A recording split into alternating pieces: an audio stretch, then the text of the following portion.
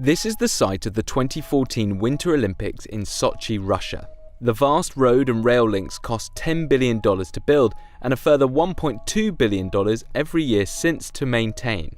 But its enormous capacity is underutilised, and the stadiums are becoming white elephants, just like sporting venues in Cape Town, New Delhi, Rio and Beijing. Fast forward several years and a whole city has been built in the desert to host an international exhibition. For 6 months, Dubai has hosted Expo 2020, a global celebration of more than 190 countries, showcasing their innovations and cultures. And while there have been significant challenges in putting together this vast event during a pandemic, this sprawling site is set to become a city of the future.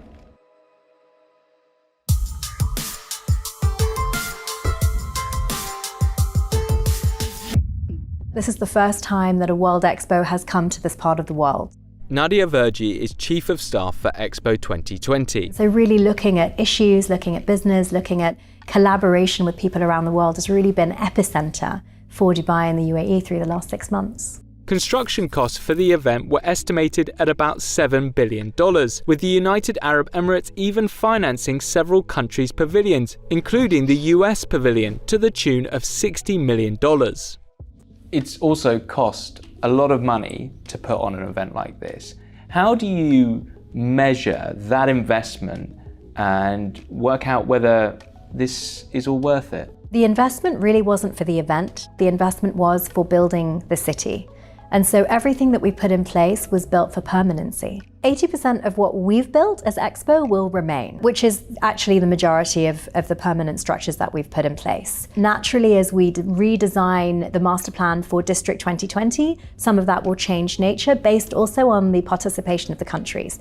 District 2020, rebranded as Expo City Dubai in June 2022 after my visit, is the new residential and business hub taking over the Expo site. The district's designers wanted sustainability to sit at the heart of this community in the desert. Yet even with the long-term proposal, many of the multi-million-dollar pavilions will be torn down, but not all. Some countries' purpose-built pavilions are remaining here as part of District 2020. Luxembourg's sustainability-focused pavilion will stay here to continue to highlight the challenges around natural resources. The Expo's centrepiece, the Al Wasl Plaza, will remain as a staging venue, while the Sustainability Pavilion will become a children's and science centre. Other notable structures amongst the 123 buildings that will be repurposed include the Mobility Pavilion, which will be used to host temporary exhibitions. The UAE Pavilion will be a visitor attraction and cultural meeting place. Saudi Arabia's pavilion will continue to showcase green innovations across the region, while India's pavilion will be used to host engagements for the UAE's sizable Indian expat community.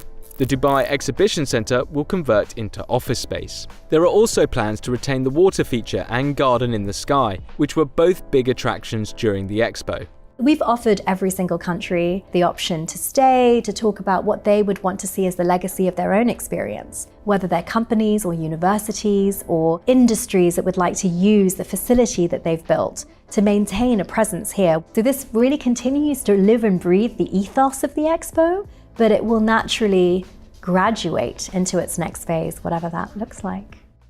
So what will it look like? Well, the area is spread out over 1,000 acres and will provide homes and office spaces for up to 145,000 residents. The city will also be made up of leisure facilities and exercise grounds, including more than 6 miles of bike tracks, 3 miles of jogging tracks, and nearly 500,000 square feet of parks and gardens. There will also be a mall, a metro station, and road access to 3 highways. How big a challenge is Dubai undertaking with trying to transition District 2020 into a functioning city? It's a huge challenge because if we look at the history of the World Expo, they have tend to become white elephants because of the huge impact it has on the city. Because the World Expo sites are enormous, and after the event is gone, it's very difficult to find a new function for that site.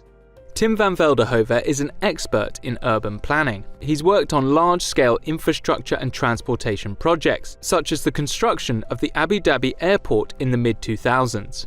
What I like about Dubai, about this idea that the infrastructure is for a large amount already in place. But that's only one part of the story. The other part of the story is like how you're going to attract residents, inhabitants, businesses, all sorts of things afterwards. And I think that's even a harder part than just making the infrastructure available. The planners of Expo City Dubai are hoping that modern technology and a focus on sustainability will be a big part of its attraction. It's supposed to become the world's largest city to have full 5G mobile coverage, and will be the UAE's first 15-minute city, which means anything a resident needs can be reached within a quarter of an hour on foot or by bike. It will also be the first community in the region to be WELL certified, a roadmap and rating system which aims to create public spaces that enhance our health and well-being. But there are concerns around the high temperatures in this part of the world and how appropriate it is to create a new city focused on walking and cycling in those conditions. Natural ventilation and evaporation, it's definitely going to help, but yeah, it's still going to be 50 degrees out there, so it's still going to be a challenge. We can solve a lot of things with technology, but at the same time, there are already a lot of other challenges to make this work, so this comes on top of that. Residents and companies are expected to begin moving onto the site from late 2022. German tech conglomerate Siemens, for instance, plans to open a new office near the Al Wasl Dome, with a 250-strong workforce that includes engineers and researchers. How important is making sure that you do deliver in a timely manner so that you don't lose that momentum? From what I've learned from analyzing all the World Expos over the last, let's say, almost 200 years now, momentum is everything. If you sit down and wait for a couple of months after the expo is gone, basically the entire momentum is gone, and then you see nobody's willing or able to take another step forward. It really is sort of an open place that will continue to live and breathe as it evolves into its next phase. So there's no specific timeline per se, but it really is an ongoing process just to continue to mature into what we aspire for it to become. If and when Expo City Dubai's grand designs are realised, it could become a template for how to plan for life after hosting large events. It may also set the standard for developing the layout of modern cities.